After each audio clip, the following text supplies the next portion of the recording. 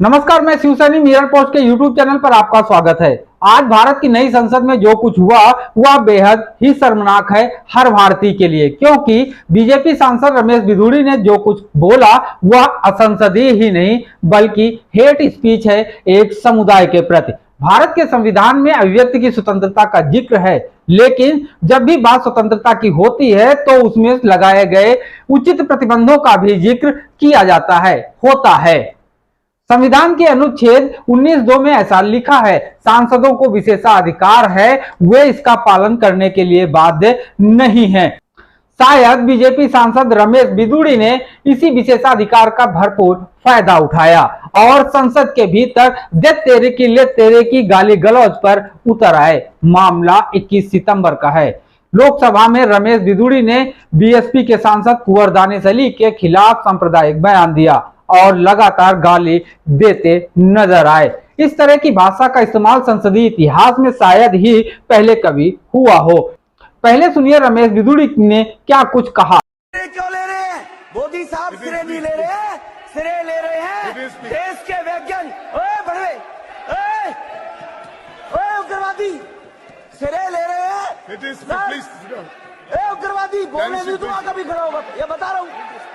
उग्रवादी cutaway sir, ये जो श्रेय अगर जाता है तो देश के प्रधानमंत्री को जाता है। दानिश अली जी प्लीज सिट ये डाउन। आतंकवादी है, उग्रवादी है, ये मुल्ला आतंकवादी है।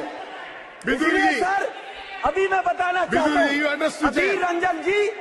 अधीर रंजन जी अभी शोर मचा रहे थे, लिस्ट पढ़ रहे थे। उस लिस्ट में अधीर रंजन जी जब लिस्ट पढ़ रहे थे 1975 से लेकर अभी तक इसकी बात करते रहना थी। बाहर देखो इस मुल्ले को।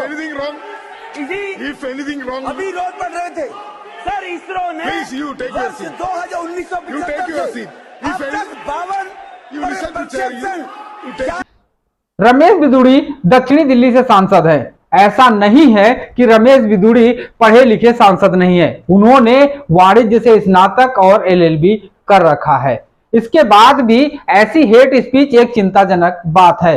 हालांकि बिधूड़ी ने जिन शब्दों का इस्तेमाल किया है उसे रक्षा मंत्री राजनाथ सिंह के आग्रह पर लोकसभा के रिकॉर्ड से हटा दिया गया। असंसदीय शब्दों को लेकर ऐसा पहली बार नहीं हुआ, इससे पहले भी असंसदीय शब्दों को हटाया गया। चंद्रयान 3 की सफलता पर चर्चा हो रही थी, लेकिन बिधूड़ी साहब सफलता के आगोश में इतना उत्तेजित हो गए कि सारी मर्यादा की हदें लांघ गए। इससे भी ज्यादा हैरान करने वाली बात यह है कि रमेश बिधूड़ी जब आपत्तिजनक बयान दे रहे थे तो उस वक्त उनके बगल में पूर्व स्वास्थ्य मंत्री डॉक्टर हर्षवर्धन और उनके पीछे पूर्व कानून मंत्री रविशंकर प्रसाद बैठे हुए थे। इतना ही नहीं, दोनों लोगों को यानी दोनों नेताओं को बिधूड़ी के बयान पर हंसते हुए देख सकते हैं, जिसे the Lallan top news website ने भी कोड किया है। बिधूड़ी के बयान पर रक्षा मंत्री राजनाथ सिंह ने लोकसभा के भीतर ही माफी मांगी। इसके बाद लोकसभा स्पीकर ओम बिरला ने रमेश बिधूड़ी को चेतावनी दी, तो वहीं सांसद दानिश अली ने पत्र लिखकर रमेश बिधूड़ी की सदस्यता रद्द करने की मांग की। साथ ही कार्यवाही न करने पर अपनी सदस्यता त्याग देने की भी बात कही।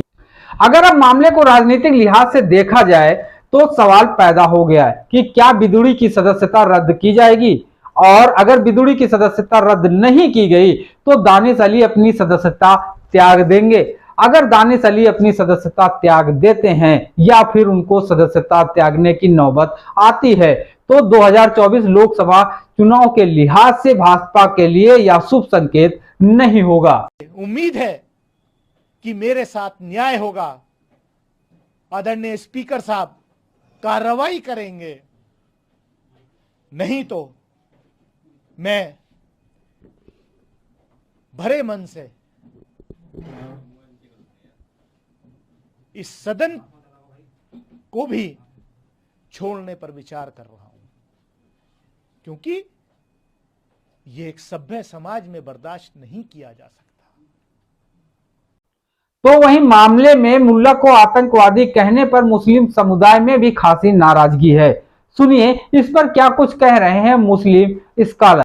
आज तक मैंने ऐसा इतिहास नहीं देखा हिंदुस्तान का, आज तक ऐसा काला अध्याय नहीं देखा। ये भारतीय जनता पार्टी की सरकार है, ये भारतीय जनता पार्टी का दौर है कि जो मना रही है जश्न कि हमने जो है नई संसद का उद्घाटन किया है, नई संसद में इतिहास लिखा जा रहा है। दुनिया देख रही है कि नई संसद के पहले ही सत्र में मुसलमानों को गालियां दी जा रही हैं, उनको आतंकवादी बताया जा रहा है, उनको उग्रवादी बताया जा रहा है। और कौन कह रहा है?